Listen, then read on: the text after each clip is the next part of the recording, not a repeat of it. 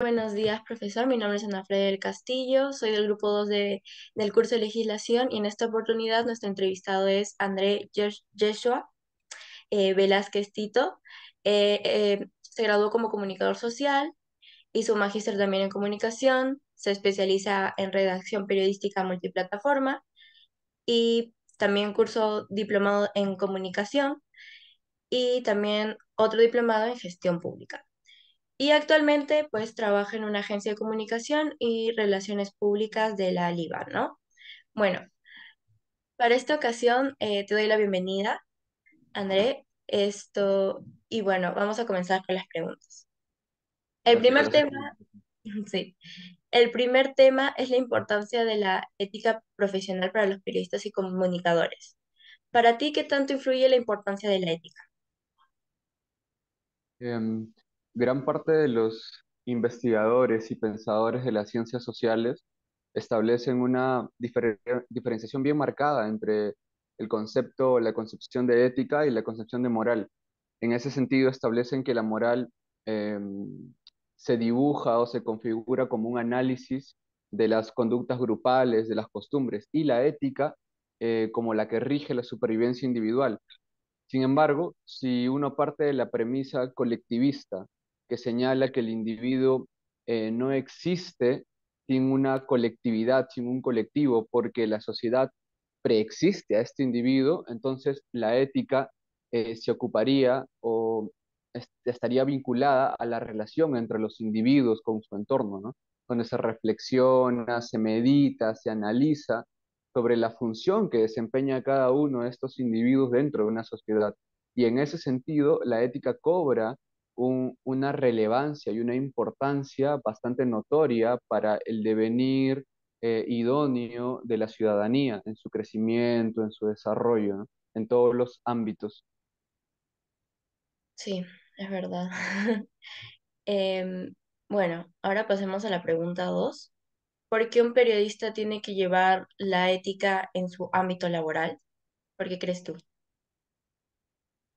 Porque el periodista se relaciona constantemente con su entorno y con base en lo que desarrollé anteriormente, en el concepto que desarrollamos anteriormente, entonces es allí en esa relación del periodista con su entorno que surgen reiteradas tomas de decisiones, porque se le presentan, tanto si este periodista trabaja en un medio como trabaja en una agencia o como trabaja en un periódico, en televisión, en radio, se le va a presentar diversas ocasiones en las que va a tomar decisiones. Y si el periodista no practica una ética adecuada, pues va a tomar decisiones erradas, va a tomar decisiones equivocadas. Entonces, debido a que la ética eh, configura una estructura, un mapa, una guía, entonces es allí donde el periodista debe recurrir a este mapa, a esta brújula, para tener un accionar que sea idóneo, que sea adecuado, porque esta estructura, ¿cómo denominarlo? Deontológica o esta guía deontológica sirve para esa ejecución de una acción correcta, una acción que la sociedad denomina como buena, como positiva, y por tal motivo gran parte de los periodistas del panorama nacional, sobre todo, han perdido credibilidad. ¿Por qué? Porque su accionar no es el adecuado, porque em, las decisiones que toman son erróneas porque parten de una ética prácticamente nula o una ética escueta, y es en ese sentido que el periodista pierde su credibilidad. Y eso ha ido aumentando, ha ido creciendo en los últimos años. Es por eso que actualmente se encuentra tan desprestigiada esta carrera, esta profesión. La mayoría del entorno de las ciencias sociales incluso nos consideran como ad usum delphini, que es como apto para todo público, ¿no? Porque quizás somos la rama de las ciencias sociales que actualmente se ha hecho masiva, pero en un sentido equívoco de la palabra. Sí, debería entenderlo como la base de sus principios, ¿no? Lamentablemente no es así. Pues no. ¿Y de qué manera se puede mejorar para ti la práctica de la ética en en los periodistas y comunicadores? Es una pregunta muy complicada de responder porque em, creo que tanto el sector privado como el sector público se debería invitar a la reflexión en torno al quehacer profesional, al pensamiento crítico y a la autocrítica sobre todo, que es lo que constantemente se ignora o es lo que falta en los profesionales del periodismo. esta, esta invitación, esta reflexión, este hallar mecanismos alternativos para solucionar este problema, no solo debería venir de los medios de comunicación del sector privado, sino también de los medios de comunicación del sector público, como lo son el Diario El Peruano, la Agencia Andina, TV Perú. Creo que deberían actuar en coordinación o en cohesión para desarrollar mecanismos que puedan contribuir en el sostén, en el apoyo, no solo del código de ética, sino también de el respeto que se debe tener al momento de informar, no solo en medios televisivos o radiales, sino en plataformas virtuales que actualmente se utilizan también como medios de información o como medios de comunicación. Entonces no debe ser ajeno a el, estos mecanismos no deben ser ajenos a la actualización de estas plataformas, no debe tratar de eh, ahondar en todas ellas para poder corregir esos errores y fortalecer, ¿no? esta, esta, este código, panorama, esta estructura que se ha visto devaluada en los últimos años. Ok. Eh, ¿Crees que hay algún colega tuyo que sea un poco ignorante de estos temas sobre la ética? Yo no diría que son ignorantes Ujú. eh, o que desconocen el tema, porque en la universidad, en las facultades, en los institutos, se nos enseñan cursos relacionados a la deontología, que es una rama de la ética, sobre el quehacer profesional, donde reflexionamos en torno al adecuado accionar periodístico. Entonces, eso no es ajeno a nosotros. Sin embargo, eh, no lo practicamos. Y es allí donde radica el problema, no en el desconocimiento o la ignorancia de la ética, sino en no practicarla, en no ejecutarla, en no llevarla a cabo en el campo profesional. Claro, que no, ok, que no, no le dan como un poco de importancia a eso, ¿no? Claro, si la practican, su práctica es muy famélica, es un grupo bastante reducido. Ok, gracias. Esa es la culminación del primer tema. Ahora vamos a lo del segundo tema, que es el conocimiento y el respeto de lo que se dice la ley de radio y televisión sobre los códigos de ética. Bueno, la primera pregunta del segundo tema es, ¿por qué crees que los periodistas y comunicadores no logran respetar lo que dice la ley de radio y televisión sobre los códigos de ética? Am, Quizá lo que voy a decir suene un poco controversial, pero de forma nefasta, la ley 28278 se ha convertido en una suerte de saludo a la bandera, por así denominarlo. Y es lamentable porque fue creada para una adecuada regulación de la difusión de contenidos radiales, de contenidos televisivos. Y por ende, el objetivo de dicho lineamiento era servir de guía, servir como un mapa para el accionar idóneo de los periodistas que conforman un medio de información, un medio de comunicación. Sin embargo, la presión de los grupos económicos, la presión de los grupos de poder político ha socavado estas pautas, ha socavado estas rutas. Recuerdo que Juan Gargurevich, aseveraba que el periodismo es el oficio de recoger, de procesar y de difundir la información. Y hoy tendríamos que redefinir el concepto de Gargurevich, porque el periodismo se ha convertido en el oficio de vender información al mejor postor. Y no solo de venderla al mejor postor, sino que esta información ni siquiera es una información real, objetiva como tal, e imparcial, sino es una información tergiversada, es una información sesgada. Es una información que muchas veces parte desde el sensacionalismo o desde su vertiente, que es el amarillismo, para poder construir una noticia que no existe y abarcarla desde un panorama u otro en beneplácito de cierto sector empresarial o de cierto sector político. Listo. Entonces, el periodismo en ese sentido se ha no solo politizado, sino economizado, y son estos diferentes grupos de intereses que lo dominan. Ok, muy bien. Eh, Segunda pregunta. Según un estudio del Consejo Consultivo de Radio y Televisión, Concord TV, en el 2015, dice que la mayoría percibe que la televisión se muestra negativa ante a la mujer por un 72%, a los adultos mayores con un 65%, a los niños, niñas y adolescentes un 63%. ¿Cuál crees tú que es el problema principal ante esta información? Oh,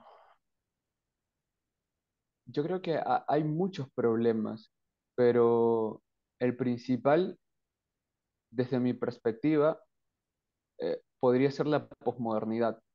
¿Por qué? Porque esta ha dado germen a diferentes sismos, quizá los más relevantes o los más significativos sean cuatro: el inmediatismo, por una parte, el facilismo, por otra, el fragmentarismo y el superficialismo.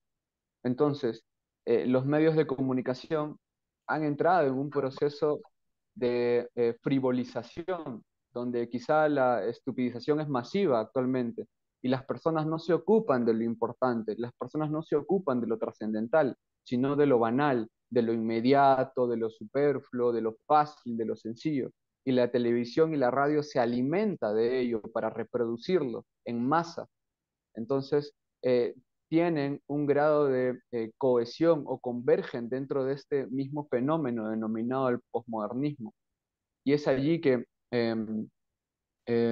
Debord manifestaba que vivimos en la sociedad del espectáculo, entendida esta como el mundo de la contemplación de simulaciones desarrolladas por otras personas, donde entran a tallar las aplicaciones, las plataformas virtuales, el celular, los celulares, las imágenes que se crean de la sociedad actual parecen una construcción propia en un espacio virtual ajena incluso a sus mismos protagonistas. Y entonces esto ha dado pie a no tener una reflexión de por medio, a no tener espacios para poder generar autocrítica, a no tener espacios para poder eh, pensar y racionalizar en lo que estamos viendo, en lo que estamos haciendo, en la información que emitimos.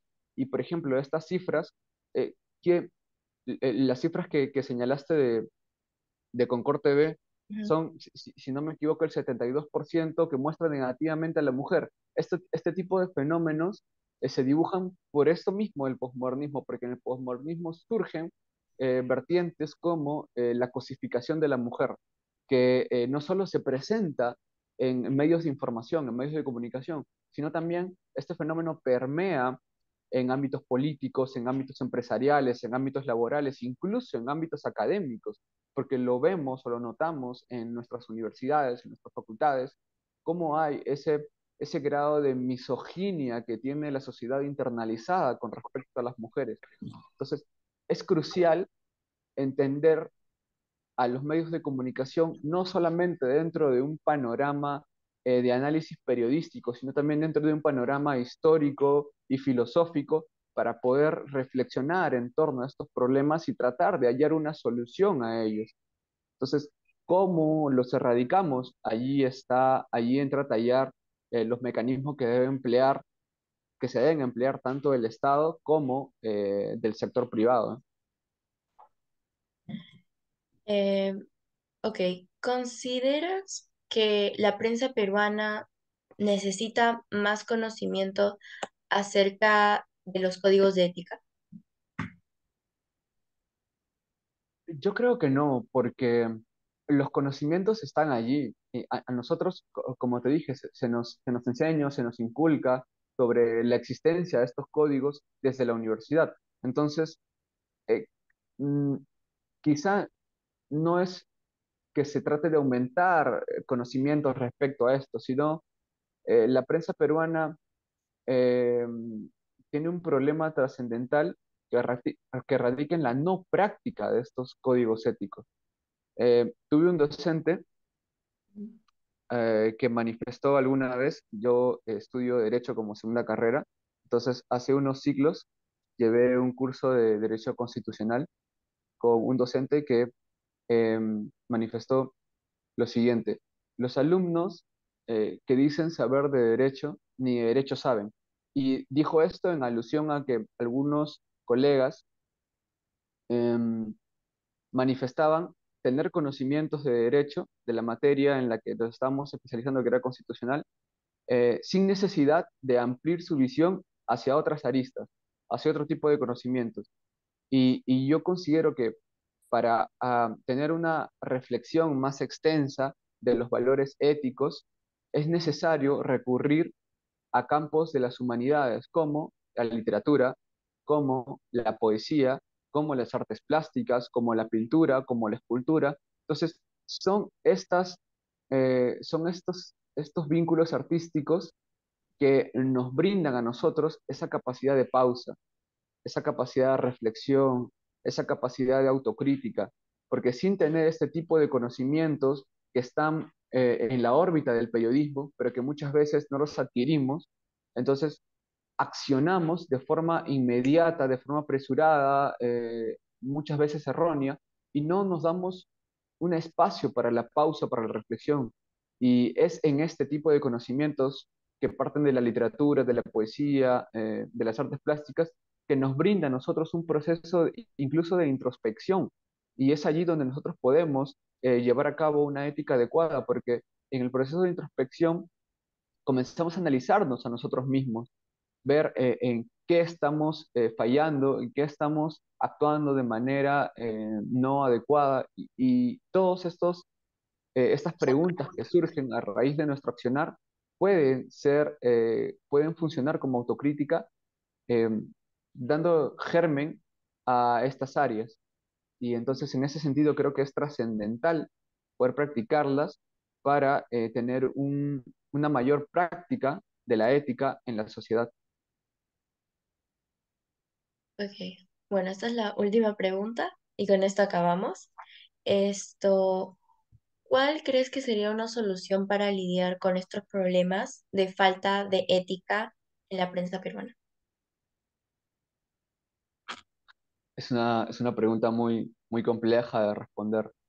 Em, Anteriormente te había señalado que el Estado debe trabajar la mano con el sector privado, pero considero que también las universidades tienen un papel fundamental en esto. Las universidades, los institutos, incluso el Colegio de Periodistas del Perú. Em, ¿Por qué? Porque si bien llevamos el curso de ética, quizá no se emplean las herramientas adecuadas para poder calar en los estudiantes, a tal punto que estos salen de la universidad, se gradúan del instituto y pareciera que todo lo que han aprendido en las facultades queda en el aire. Entonces, en ese sentido, considero que se debe hacer hincapié quizá en una diferente malla curricular, en un diferente contenido de estos cursos, o quizá implementar estos cursos con talleres, con seminarios, tratar de traer especialistas en la materia para poder inculcar a los estudiantes el grado de relevancia que tiene la ética en el desarrollo profesional del periodismo, porque si no hacemos hincapié en ello, pues vamos a continuar viviendo dentro de este panorama en el que se encuentra el periodismo, cuyo horizonte actualmente ya no es gris, es prácticamente negro. Entonces, para tratar de detener esta caída hacia el vacío, debemos trabajar en conjunto desde las universidades, desde los institutos, para poder tratar de frenar este fenómeno que cada vez es más creciente. Ok, bueno, otra vez te vuelvo a agradecer por acompañarnos hoy Y bueno, profesor, esto ha sido todo por la entrevista y me despido. Un gusto también conocerte de nuevo, André. A ti, Gracias, muchas gracias por la invitación. gracias y bueno, aquí terminamos.